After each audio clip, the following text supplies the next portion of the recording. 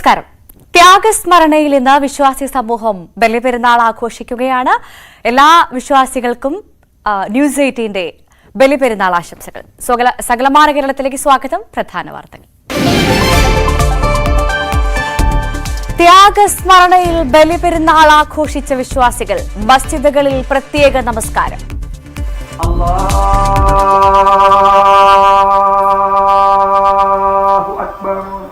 لست عليهم بمسيطر إلا من تولى وكفر. കോട്ടയത്ത് കാണാതായ പോലീസ് ഉദ്യോഗസ്ഥൻ തിരികെ എത്തി. ഡ്യൂട്ടിയിൽ പ്രവേശിച്ച് രാജേഷിന് ജോലി സമ്മർദ്ദമെന്ന് കുടുംബത്തിന്റെ ആരോപണം.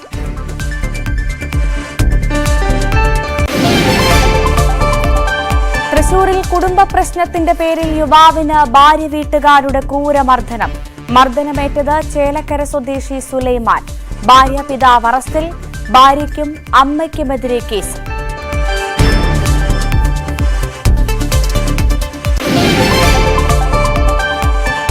ഇടുക്കി മാൻകുത്തിമേട്ടിലെ കാരവാൻ പാർക്ക് നിർമ്മാണത്തിൽ ഉടമയ്ക്ക് തിരിച്ചടി. നിർമ്മാണം തുടരാൻ പാടില്ലെന്ന് കോടതി. ഭൂമി അളക്കാനും പട്ടയത്തെക്കുറിച്ച് പഠിച്ച് കോടതി അറിയിക്കാനും ഗവൺമെന്റ് പ്ലീഡർക്ക് നിർദ്ദേശം.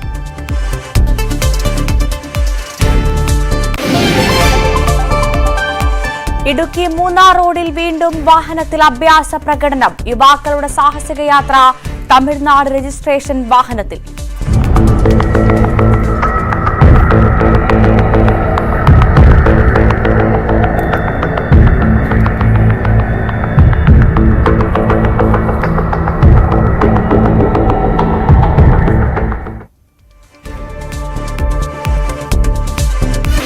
വിശദമായ വാർത്തകൾ നോക്കാം. തൃശൂരിൽ കുടുംബ പ്രശ്നത്തിന്റെ പേരിൽ യുവാവിനെ ഭാര്യയുടെ മാതാപിതാക്കൾ മർദ്ദിച്ചു. ചേലക്കര സ്വദേശി സുലൈമാനാണ് മർദ്ദനമേറ്റത്. ബലിപെരുന്നാൾ ദിനത്തിൽ മക്കൾക്ക് സമ്മാനം കൊടുക്കാൻ വീട്ടിലെത്തിയതിനെ ചൊല്ലിയായിരുന്നു മർദ്ദനം. വധശ്രമത്തിന് സുലൈമാന്റെ ഭാര്യ പിതാവിനെ അറസ്റ്റ് ചെയ്തു. ഭാര്യയ്ക്കും ഭാര്യ മാതാവിനുമെതിരെയും കേസെടുത്തിട്ടുണ്ട്.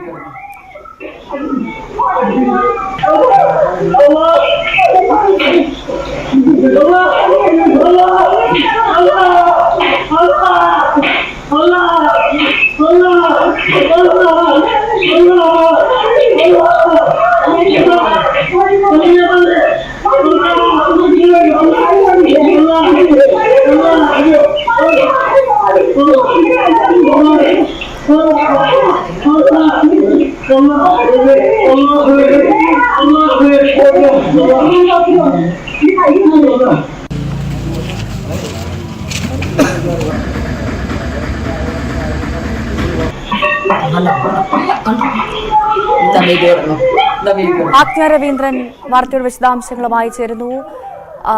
ആജ്ഞ, ഈ കുടുംബ പ്രശ്നമാണോ ഇത്ര വലിയൊരു മർദ്ദനത്തിലേക്ക് കൊണ്ടെത്തിച്ചത്? എന്താണ് സംഭവിച്ചത്?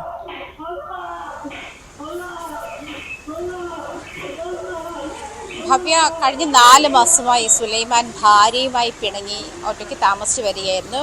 ബലിപ്പെരുന്നാൾ ദിനത്തിൽ മക്കൾക്ക് സമ്മാനം നൽകാൻ വേണ്ടിയിട്ടാണ് സുലൈമാൻ ഭാര്യ വീട്ടിലെത്തുന്നത്. ആ സമയത്താണ് സുലൈമാൻ്റെ ഭാര്യ പിതാവ് അദ്ദേഹത്തെ അതിക്രൂരമായി മർദ്ദിക്കുന്നത്. നമുക്ക് ദൃശ്യങ്ങളിൽ തന്നെ കാണാം. അതിക്രൂരമായിട്ടാണ് അദ്ദേഹത്തെ മർദ്ദിക്കുന്ന സാഹചര്യം ഉണ്ടായത്. ഈ കഴിഞ്ഞ കുറച്ച് നാളുകളായി ഈ ഭാര്യയുമായി സുലൈമാൻ പിണങ്ങി താമസിച്ചിരുന്നത്. ഒരുപക്ഷെ അതുമായി ഉണ്ടായിരുന്ന ഒരു വ്യക്തി വൈരാഗ്യമായിരിക്കാം ഇങ്ങനെയൊരു മർദ്ദനത്തിലേക്ക് നയിച്ചത്.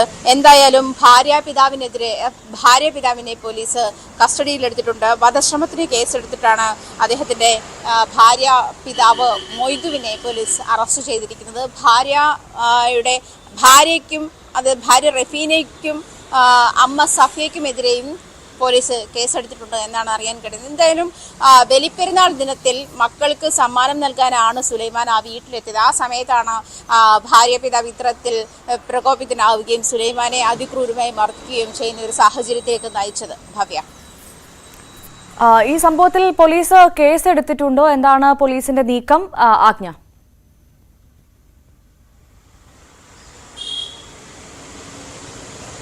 ഭവ്യ, ഭാര്യ പിതാവിനെ പോലീസ് അറസ്റ്റ് ചെയ്തിട്ടുണ്ട്. വധശ്രമത്തിന് പോലീസ് അറസ്റ്റ് ചെയ്തിട്ടുണ്ട്.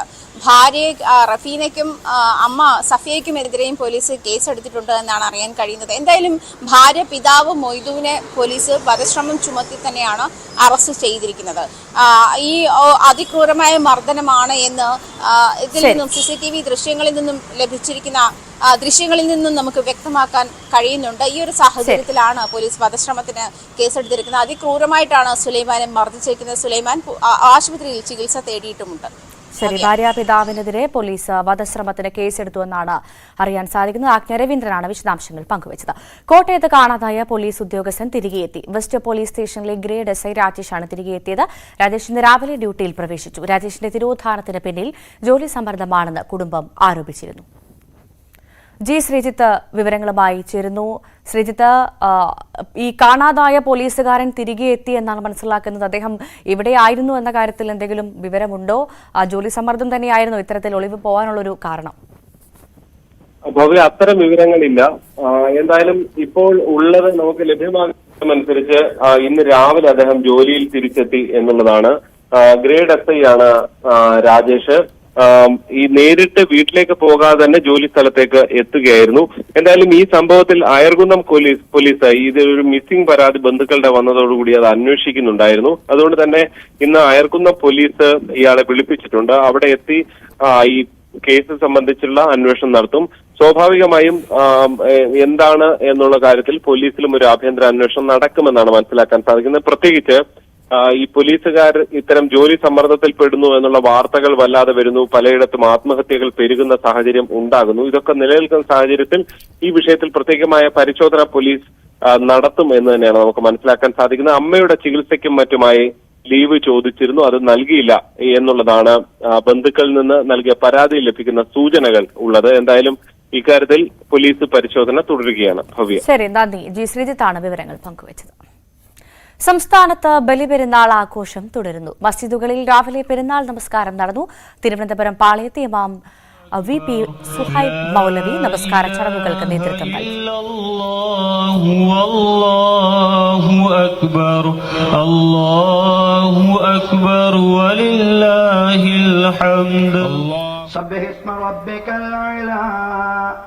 الذي خلق فسوى والذي قدر فهدى والذي أخرج المرعى الحمد لله رب العالمين الرحمن الرحيم مالك يوم الدين إياك نعبد وإياك نستعين കോഴിക്കോടാണ് പ്രാർത്ഥനകൾ നയിച്ചത്.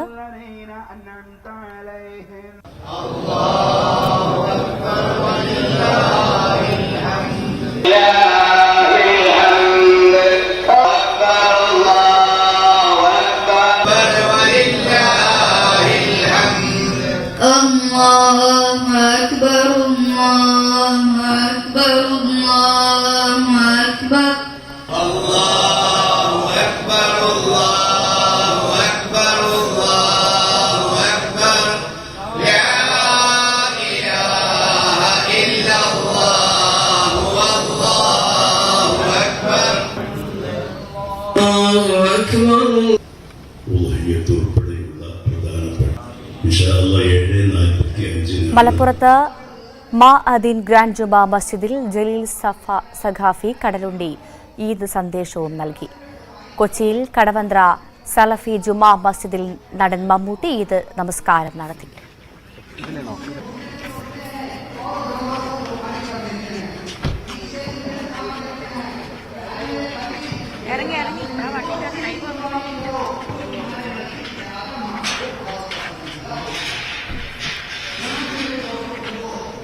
ഷാഫി പറമ്പിൽ MP പട്ടാമ്പി ഓങ്ങല്ലൂർ കാരക്കാട് പള്ളിയിൽ പ്രാർത്ഥന.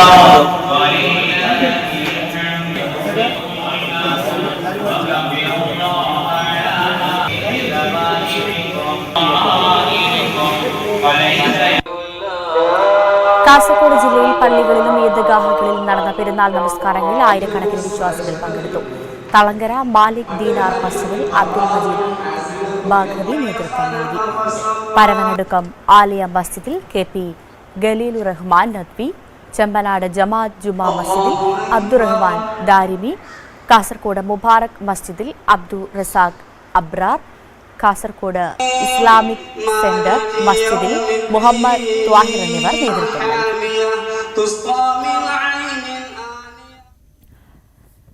ബലിപെരുന്നാളിനോടനുബന്ധിച്ച് പ്രവാസി വ്യവസായിയായ മലപ്പുറം കോഡൂരിലെ ഡോക്ടർ KT റഹീബുള്ള ഭക്ഷ്യക്കിറ്റുകൾ വിതരണം ചെയ്തു. ഗ്രാമവാസികൾക്കായി ആയിരക്കണക്കിന് ഭക്ഷ്യക്കിറ്റുകളാണ് പെരുന്നാൾ സമ്മാനമായി വിതരണം ചെയ്തത്.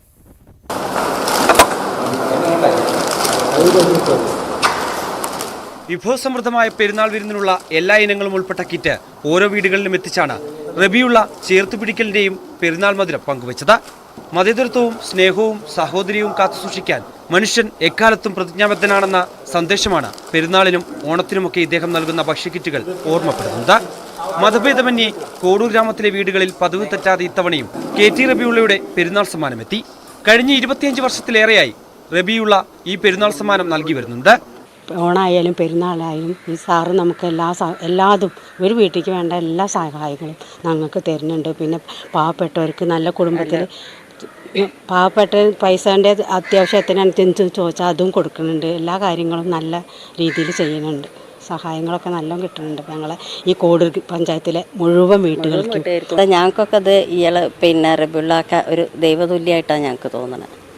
അത്ര സഹായമാണ് ഞങ്ങൾക്ക് എല്ലാവർക്കും. ഓണം, പെരുന്നാൾ, ക്രിസ്മസ് തുടങ്ങിയ ആഘോഷനാളുകളിലെ കിറ്റുകളിലൂടെ മാത്രമല്ല റബിയുള്ളയുടെ കൈത്താങ്ങ്.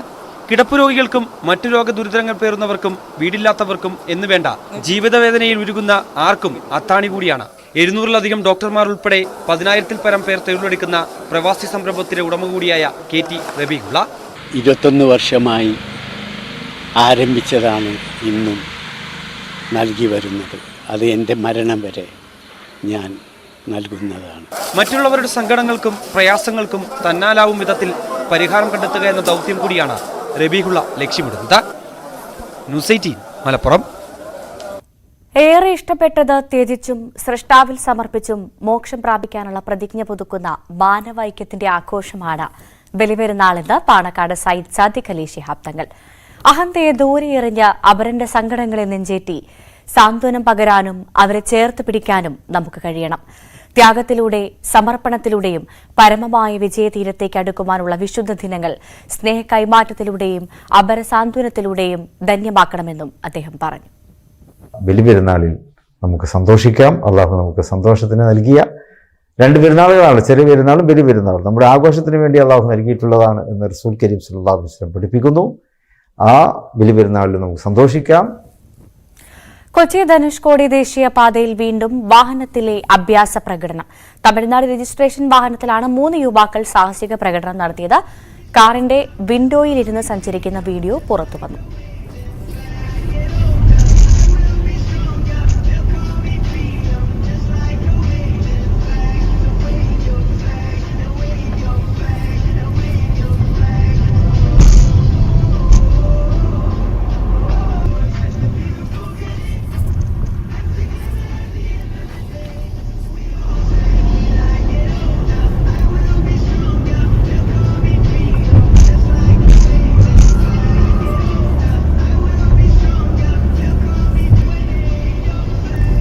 പ്രിൻസ് ജെയിംസ് വിവരങ്ങളുമായി ചേരുന്നു. പ്രിൻസ്, ഈ കൊച്ചി ധനുഷ്കോടി ദേശീയപാതയിൽ വീണ്ടും ഇങ്ങനെ വാഹനത്തിലുള്ള അഭ്യാസ പ്രകടനം നടക്കുന്നു എന്നതിന്റെ ദൃശ്യങ്ങളാണ് നമ്മൾ കാണുന്നത്. ഈ യുവാക്കളെ തിരിച്ചറിഞ്ഞോ? MPD നടപടിയെടുത്തു? മൂന്നാർ ഗ്യാപ്പ് റോഡിന് സമീപം തമിഴ്നാട് സ്വദേശികളാണ് ഇത്തരത്തിൽ അപകടകരമായ യാത്ര നടത്തിയത്. കഴിഞ്ഞ ദിവസങ്ങളിലൊക്കെ സമാനമായ സാഹചര്യങ്ങളുണ്ടായിരുന്നു, സംഭവങ്ങളുണ്ടായിരുന്നു. എന്തായാലും നിലവിൽ ഇതിനനുസരിച്ച് അന്വേഷണം ആരംഭിച്ചിട്ടുണ്ടെങ്കിൽ പോലും തമിഴ്നാട് സ്വദേശികളുടെ വാഹനമായ ഇത്തരത്തിലുള്ള ഒരു നടപടിയിലേക്ക് നീങ്ങും എന്നത് വ്യക്തമല്ല. കഴിഞ്ഞ ജൂൺ 2-നാണ് ഈ ബൈസൺവാൽ സ്വദേശിയായ യുവാവ് ഓടിച്ചിരുന്ന വാഹനത്തിൽ ഒരു യുവാവും യുവതിയും ഈ സമാനമായ രീതിയിൽ വാഹനത്തിന്റെ പുറത്തേക്ക് നിൽക്കുന്ന തരത്തിൽ യാത്ര ചെയ്തത്. വലിയ അപകട സാധ്യത ഉയർന്ന തരത്തിലായിരുന്നു ആ യാത്ര. ഇതേ തുടർന്ന് ഡ്രൈവറുടെ ലൈസൻസ് താൽക്കാലികമായി റദ്ദു ചെയ്യുന്ന സാഹചര്യമുണ്ടായി. തുടർന്ന് കഴിഞ്ഞ ദിവസം കോഴിക്കോട് സ്വദേശിയുടെ ഉടമസ്ഥതയിലും ഉള്ള വാഹനത്തിലും ഇത്തരത്തിലുള്ള സമാനമായ ഡ്രൈവിംഗ് ശ്രദ്ധയിൽപ്പെട്ടിരുന്നു. എന്തായാലും നിലവിൽ ഈ കൊച്ചി ധനുഷ്കോടി പാതയിൽ പ്രത്യേകിച്ചും മൂന്നാർ മുതൽ ഗ്യാപ്പ് റോഡ് ആനയിറക്കൽ വരെയുള്ള ഭാഗങ്ങളിലേക്ക് കൂടി സഞ്ചരിക്കുന്ന യാത്രികരിൽ പലരും ഇത്തരത്തിൽ സമാനമായി രീതിയിൽ യാത്ര ചെയ്യുന്ന ഒരു സാഹചര്യം കൂടിയുണ്ട്. പ്രത്യേകിച്ചും ദേശീയപാതയുടെ നവീകരണത്തിന് ശേഷം വളരെ മനോഹരമായ ഒരു പാതയാണ്. അതുകൊണ്ട് തന്നെ ഈ പാതയുടെ കാഴ്ചകൾ ആസ്വദിക്കാനും ഇതുവഴി യാത്ര ചെയ്യുന്നതിന് മാത്രമായി സഞ്ചാരികൾ എത്തുന്ന ഒരു സാഹചര്യം കൂടി ഇപ്പോൾ മൂന്നാർ മേഖലയിലുണ്ട്. അതുകൊണ്ട് തന്നെ ഈ മേഖലയിലേക്ക് എത്തുന്ന ടൂറിസ്റ്റുകളിൽ അധികവും ഇത്തരത്തിൽ സാഹസികമായ യാത്ര നടത്തുന്നു. പ്രത്യേകിച്ചും വാഹനത്തിന്റെ പുറത്തേക്കൊക്കെ നിന്ന് യാത്ര ചെയ്യുന്ന ഒരു സാഹചര്യങ്ങളുണ്ട്. ഒപ്പം മറ്റു വാഹനങ്ങൾക്ക് തടസ്സം സൃഷ്ടിച്ചുകൊണ്ട് വാഹനം ഓടിക്കുന്ന ഒരു സാഹചര്യങ്ങളും പല തവണ ആളുകൾ ശ്രദ്ധയിൽപ്പെടുകയൊക്കെ ചെയ്തിട്ടുണ്ട്. എന്നിരുന്നാലും കൃത്യമായൊരു ഇടപെടൽ മോട്ടോർ വാഹന വകുപ്പിന്റെ ഇടയിൽ നിന്നൊന്നും ഈ മേഖലയിൽ ഉണ്ടായിട്ടില്ല എന്നുള്ളൊരു ആരോപണവും നാട്ടുകാർ ഉന്നയിക്കുന്നു. കാരണം കൃത്യമായ ഒരു പരിശോധന ഈ മേഖലയിൽ ആരംഭിക്കുന്നതിനോ ഇത്തരം നടപടികൾ എടുക്കുന്നവർക്കെതിരെ നടപടി സ്വീകരിക്കുന്നതിനോ ഒന്നും ഗതാഗത വകുപ്പ് കൃത്യമായ ഒരു ഇടപെടൽ നടത്തിയിട്ടില്ല. പ്രത്യേകിച്ചും നാട്ടുകാർ പകർത്തുന്ന ദൃശ്യങ്ങൾ അല്ലെങ്കിൽ മറ്റു വാഹനങ്ങളിലുള്ളവർ പകർത്തുന്ന ദൃശ്യങ്ങളിൽ നിന്ന് മാത്രമാണ് അത്തരത്തിൽ മലയാളികളായ ആളുകൾ ഉണ്ടെങ്കിൽ മാത്രമാണ് നടപടി സ്വീകരിക്കുന്നത്. അല്ലാതെ കൃത്യമായ ഒരു സുരക്ഷാ നടപടികൾ സ്വീകരിക്കുന്ന നടപടി ഇവിടെ ഗതാഗത വകുപ്പ് സ്വീകരിക്കുന്നില്ല എന്ന ആരോപണവും ഉണ്ട്. ശരി, നന്ദി. പ്രിൻസ് ജെയിംസ് ആണ് ഇടുക്കിയിൽ നിന്നും വിവരങ്ങൾ പങ്കുവച്ചത്. ഇടുക്കി നെടുങ്കണ്ടം മാൻകുത്തിമേട്ടിൽ സർക്കാർ ഭൂമി കയ്യേറിയുള്ള കാരവാൻ പാർക്ക് നിർമ്മാണത്തിൽ ഹൈക്കോടതിയെ സമീപിച്ച ഉടമയ്ക്ക് തിരിച്ചടി. നിർമ്മാണം തുടരാൻ പാടില്ലെന്ന് കോടതി ഭൂമി അളക്കാനും പട്ടയത്തെക്കുറിച്ച് പഠിച്ച് കോടതിയെ അറിയിക്കാനും ഗവൺമെന്റ് പ്ലീഡർക്ക് നിർദ്ദേശം നൽകി. കേരള തമിഴ്നാട് അതിർത്തിയായ മാൻകുത്തിമേട്ടിൽ റവന്യൂ വകുപ്പിന്റെ സ്റ്റോപ്പ് മെമ്മോ അവഗണിച്ചാണ് കാരവാൻ പാർക്ക് നിർമ്മാണം നടന്നത്. കയ്യേറ്റം നടത്തുന്നതിനൊപ്പം സ്ഥല ഉടമയായ ബിപിൻ വിജയകുമാറിന്റെ പേരിലുള്ള ആധാരത്തിലും റവന്യൂ രേഖകളിലും ഉള്ള സർവേ നമ്പറുകളിൽ വ്യത്യാസവുമുണ്ട്. നിർമ്മാണം തുടരുന്നതിനായാണ് ഉടമ കോടതിയെ സമീപിച്ചത്. നിർമ്മാണ പ്രവർത്തനങ്ങൾ തുടരാൻ പാടില്ലെന്ന് കോടതി നിർദ്ദേശിച്ചു. തുടർന്നാൽ കോടതി അലക്ഷ്യ നടപടി സ്വീകരിക്കും. മലപ്പുറം താനൂരിൽ പോലീസിനെതിരെ പ്രതിഷേധ പ്രകടനവുമായി സിപിഎം. താനൂർ ഏരിയ കമ്മിറ്റി അംഗം എം അനിൽകുമാറിന്റെ വീട് കയറി പോലീസ് അതിക്രമം കാണിച്ചെന്നാരോപിച്ചായിരുന്നു പ്രതിഷേധം. പഴയ ബസ് സ്റ്റാൻഡ് പരിസരത്ത് നിന്നും ആരംഭിച്ച പ്രകടനം നഗരം ചുറ്റി ജംഗ്ഷനിൽ സമാപിച്ചു. തുടർന്ന് നടന്ന പൊതുയോഗം സിപിഎം ജില്ലാ സെക്രട്ടേറിയറ്റ് അംഗം ഇ ജയൻ ഉദ്ഘാടനം ചെയ്തു. തിരുവനന്തപുരം ബാലരാമപുരത്ത് യുവാവിനെ കുത്തിക്കൊന്ന കേസിൽ പ്രതി പിടിയിൽ. ബാലരാമപുരം വഴിമുക്ക് പച്ചിക്കോട് സ്വദേശി കുമാറാണ് പിടിയിലായത്. ഇന്നലെ വൈകിട്ടായിരുന്നു ആലുപില സ്വദേശി ബിജുവിനെ കുത്തിക്കൊലപ്പെടുത്തിയത്. കൊലപാതക കാരണം പ്രതി വെളിപ്പെടുത്തിയിട്ടില്ല. മുൻ വൈരാഗ്യമാണ് കൊലപാതക കാരണമെന്നാണ് പോലീസിന്റെ വിലയിരുത്തൽ.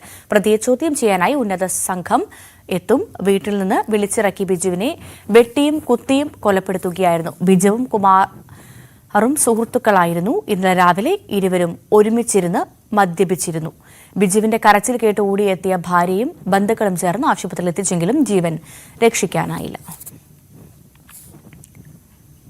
കോതമംഗലം താലൂക്ക് ആശുപത്രിയിൽ വിശപ്പ് രഹിത ആശുപത്രി പദ്ധതി ഉദ്ഘാടനം ചെയ്തു. നവീകരിച്ച അടുക്കളയുടെയും ഭക്ഷണ വിതരണ സംവിധാനങ്ങളുടെയും ഉദ്ഘാടനം ആന്റണി ജോൺ MLA നിർവഹിച്ചു. കോതമംഗലം നഗരസഭാ ചെയർമാൻ കെ ടോമി അധ്യക്ഷനായിരുന്നു. എറണാകുളം ജില്ലാ കളക്ടർ NSK ഉമേഷ് ആശുപത്രി ലോഗോ പ്രകാശനവും മുഖ്യ പ്രഭാഷണവും നടത്തി. വിവിധ സ്കൂളുകൾ പദ്ധതിക്കായി സ്വരൂപിച്ച ഫണ്ട് ജില്ലാ കളക്ടർ ഏറ്റുവാങ്ങി.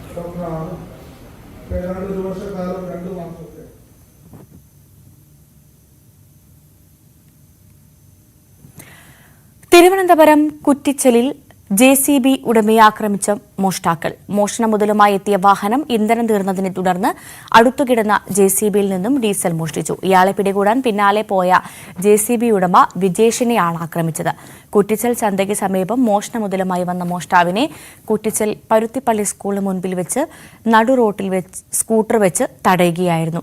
തുടർന്ന് ഉടമ കാറിന് സൈഡിലെത്തിയതും കാർ ഓടിച്ച ആൾ സ്കൂട്ടറിനെ ഇടിച്ച് റോഡിലൂടെ 3 കിലോമീറ്റർ വലിച്ചുകൊണ്ടുപോയതായാണ് പരാതി. പിന്നീട് മറ്റൊരു ബൈക്കിൽ കടന്നുകളഞ്ഞെന്ന അടുത്ത വീട്ടിൽ പാർക്ക് ചെയ്തിരുന്ന ബൈക്ക് എടുത്ത് കടന്നുകളയുകയായിരുന്നു.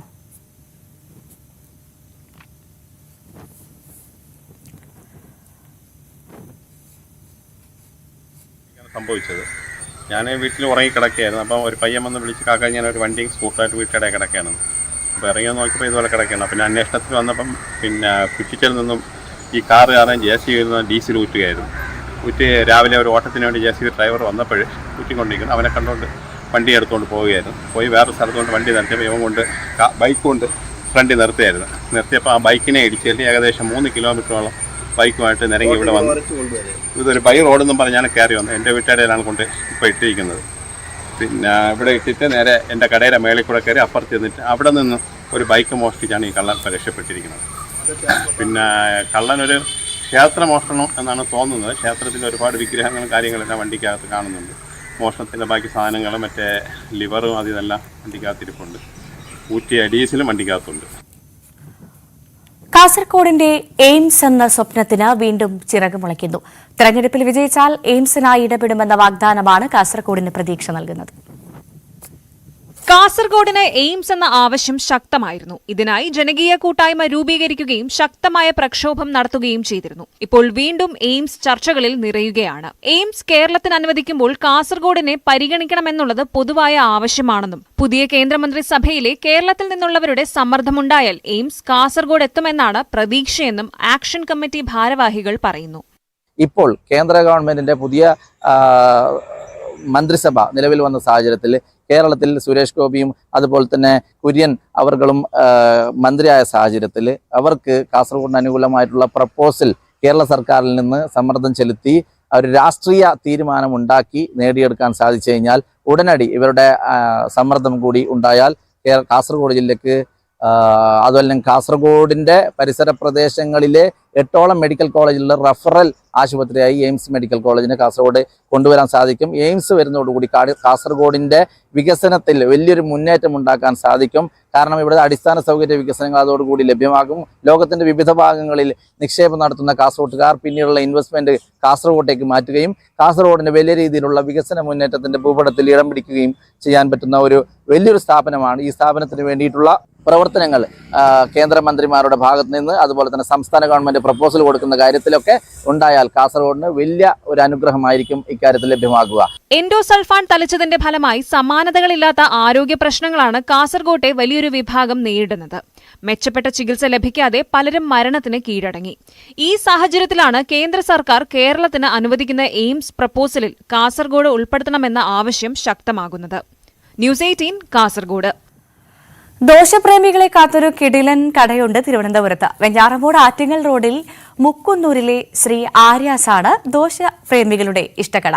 ഇവിടത്തെ ദോശ തേടി നിരവധി പേരാണ് എത്തുന്നത്.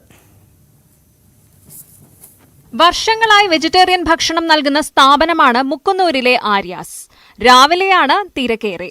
ബ്രേക്ക്ഫാസ്റ്റ് മെനുവിൽ ദോശയും വടയും സാമ്പാറും ചട്നികളും. ആവി പറക്കുന്ന ഇഷ്ടം പോലെ വിഭവങ്ങൾ വേറെയും. 2017 തമിഴ്നാട് സ്വദേശി ശരവണൻ ഹോട്ടൽ തുടങ്ങുന്നത്. ഹോട്ടലിലെ വിഭവങ്ങൾക്കെല്ലാം ഒരു തമിഴ് ടച്ച് ഉണ്ടെന്നാണ് ഇവിടെത്തുന്നവർ പറയുന്നത്. ഇവിടുത്തെ മസാല ദോശ വളരെ ക്രിസ്പിയാണെന്ന് ഇവിടെത്തുന്നവർ പറയുന്നു. പോക്കറ്റ് കാലിയാക്കുന്ന വില ഇവിടെ ഇല്ലെന്നതാണ് മറ്റൊരു പ്രത്യേകത. ന്യൂസ് 18 വെഞ്ഞാറമൂട്. അതിശയിപ്പിക്കുന്ന ഉച്ചാരണ ശുദ്ധിയോടെ ഖുർആനിലെ ഫാത്തിഹ സൂറത്ത് പാരായണം ചെയ്യുന്ന ഇന്ദുലേഖയെ പരിചയപ്പെടാം. കൊണ്ടോട്ടി മുണ്ടക്കുളം സ്വദേശിനിയും 3ാം ക്ലാസ് വിദ്യാർത്ഥിനിയുമായ ഇന്ദുലേഖ കേട്ടുപഠിച്ചതാണ് ഫാത്തിഹ സൂറത്ത്.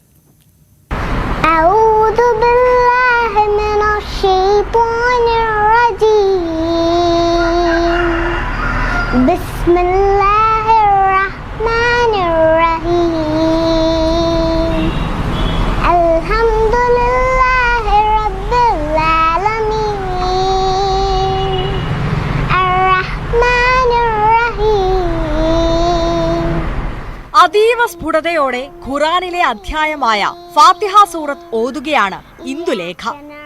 അറബിക് ഭാഷയും ഖുറാനും പഠിച്ചിട്ടില്ലാത്ത ഈ കൊച്ചുമിടുക്കി കേട്ടു പഠിച്ചതാണ് ഫാത്തിഹ സൂറത്ത്. UKG മുതൽ കൊണ്ടോട്ടി എക്കാപ്പറമ്പ് മർക്കസുൽ ഉലൂം ഇംഗ്ലീഷ് മീഡിയം സ്കൂളിൽ പഠിച്ച ഇന്ദുലേഖ സ്കൂളിലെ ദിവസവുമുള്ള പ്രാർത്ഥനയായ ഫാത്തിഹ സൂറത്ത് കേട്ടാണ് പാരായണം ചെയ്തു തുടങ്ങിയത്.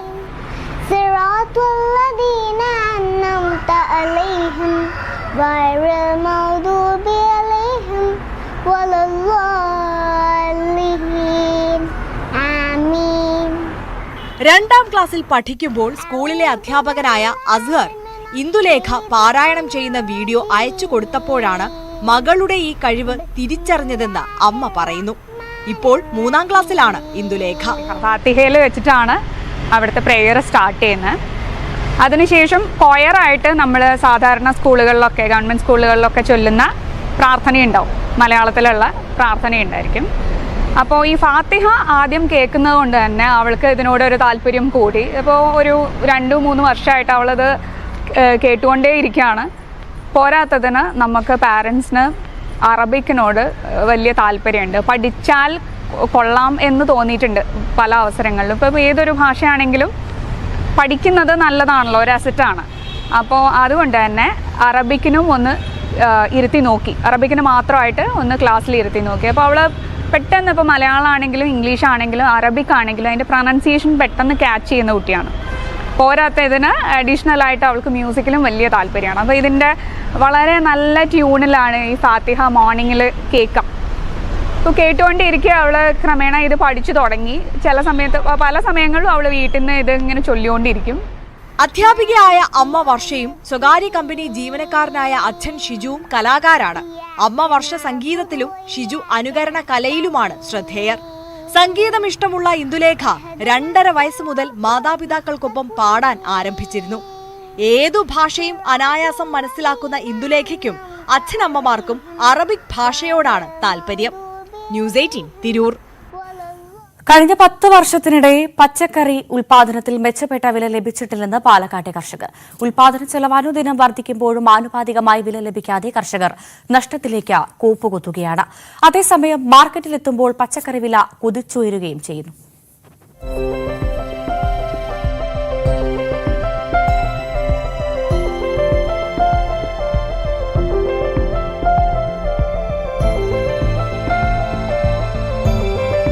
കഴിഞ്ഞ 10 വർഷത്തെ പച്ചക്കറി വില നോക്കുക. ഏറിയും കുറഞ്ഞുമങ്ങനെ നിൽക്കുകയായിരുന്നു. ഉൽപാദനം കുറയുമ്പോൾ കുത്തന വില ഉയരും. പക്ഷേ കർഷകർക്ക് കാര്യമായ മെച്ചമുണ്ടാകാറില്ല. കഴിഞ്ഞ 10 വർഷത്തിനിടെ ഉൽപാദന ചെലവ് 4 ഇരട്ടിയിലധികം വർദ്ധിച്ചു. തൊഴിലാളി വേതനം, പാട്ടത്തുക, വളം, കീടനാശിനി, കളനാശിനി എന്നിവയുടെ വില ഉയർന്നുകൊണ്ടേയിരിക്കുന്നു. ഉപഭോക്താവ് കൂടിയ വില നൽകി മാർക്കറ്റിൽ നിന്ന് പച്ചക്കറി വാങ്ങുന്നുമുണ്ട്. ഇടനിലക്കാർക്കാണ് ഇവിടെ ലാഭം. കർഷകന് കിട്ടുന്നത് തുച്ഛമായ തുകയും. 1 കിലോ തക്കാളിക്ക് 50 രൂപയാണ് വിലയെങ്കിൽ കർഷകന് ലഭിക്കുന്നത് 20 രൂപ മാത്രം. ഉൽപാദന ചെലവാകട്ടെ 15 രൂപ മുതൽ 20 രൂപ വരെയും. ഇങ്ങനെയൊക്കെയാണ് വില നിലവാരം. എൻ്റെ കയ്യിൽ നിങ്ങൾ പറയുമ്പോൾ 2010 മുതലുള്ള ബില്ലുണ്ട്. അന്നത്തെ ബില്ലും ഇന്നത്തെ ബില്ലും നമുക്ക് എടുത്ത് നോക്കുമ്പോൾ ഒരു ചെറിയ മാറ്റം, 2 രൂപ 3 രൂപയുടെ മാറ്റം പച്ചക്കറി ഈ 10 കൊല്ലം 15 കൊല്ലത്തിൻ്റെ ഇടയിൽ ഗ്യാപ്പിൽ കയറിയിട്ടുള്ളൂ. അന്ന് മരുന്നും ആ പണിക്കൂലിയും വളവും ഇതൊക്കെ 3 ഇരട്ടിയായി കഴിഞ്ഞു. കൃഷിയൊന്നും നമ്മളിപ്പം ലാഭം എന്നൊന്നും പറയാൻ പറ്റില്ല. തക്കാളിക്ക് ഇപ്പോൾ എന്തെന്ന് അറിഞ്ഞില്ല. തക്കാളി നമുക്ക് ഉൽപ്പാദനം ചെലവ് തന്നെ 15 രൂപ 15, അത് കാലവർഷം പൊടുത്ത് 15, 18 17 ആകാം. ഒരു കാലത്തും 12, 10 ഉൽപ്പാദന ചെലവ് കുറയില്ല. ചിലപ്പോൾ വിൽക്കണം തന്നെ ചിലപ്പോൾ താഴെ വരും. നമുക്ക് ഇപ്പോൾ മാർക്കറ്റിൽ 50 രൂപ വിൽക്കുകയാണെങ്കിൽ നമുക്ക് ഒരു കസ്റ്റേജ് ഒരു 25 രൂപ കിട്ടുള്ളൂ. ബാക്കിയൊക്കെ ഇടയിലുള്ള ആൾക്കാരെ കൊണ്ടുപോകും. പ്രതികൂല കാലാവസ്ഥയെ തുടർന്ന് തമിഴ്നാട്ടിൽ നിന്ന് പച്ചക്കറി വരവ് കുറഞ്ഞതോടെ വില ഉയർന്നിട്ടുണ്ട്. എന്നിരുന്നാലും ഇവിടുത്തെ കർഷകർക്ക് തുച്ഛമായ തുകയുടെ മാറ്റമേ ഉണ്ടാകുന്നുള്ളൂ എന്നതാണ് വസ്തുത. സർക്കാർ നേരിട്ട് പച്ചക്കറി സംഭരിക്കുമ്പോഴും കർഷകർക്ക് മാത്രം കാര്യമായ ഗുണമുണ്ടാകാറില്ല. പച്ചക്കറി വില കുതിച്ചുയരുമ്പോഴും കർഷകർക്ക് ഇതിന്റെ ഗുണമൊന്നും കാര്യമായി തന്നെ ലഭിക്കുന്നില്ല. കാരണം ഇടനിലക്കാർ നല്ലൊരു പങ്കും കൊണ്ടുപോകുന്നു.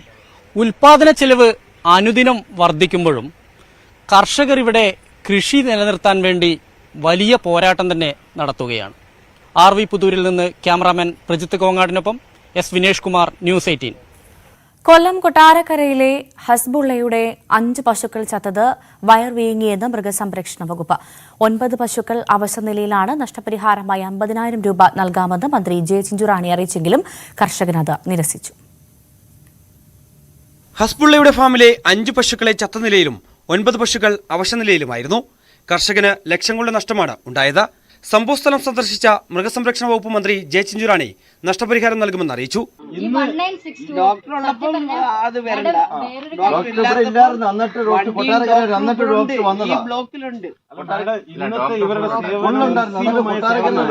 ഞാൻ രാവിലെ ബന്ധപ്പെട്ടു, ഇന്നലെ രാത്രി വിളിച്ചപ്പോഴത്തേക്ക് പറഞ്ഞെന്ന് വണ്ടി വിട്ടുകൊടുക്കാൻ. അന്നേരം അവിടെ നിന്ന് വണ്ടി വിളിച്ചു ഉച്ചയ്ക്ക് നടന്നില്ല എന്നാണ് പുള്ളിക്കാരൻ പറയുന്നത്. നഷ്ടപരിഹാരമായി 50,000 രൂപ നൽകാമെന്ന നൽകാമെന്ന് അറിയിച്ചെങ്കിലും കർഷകൻ നിരസിച്ചു.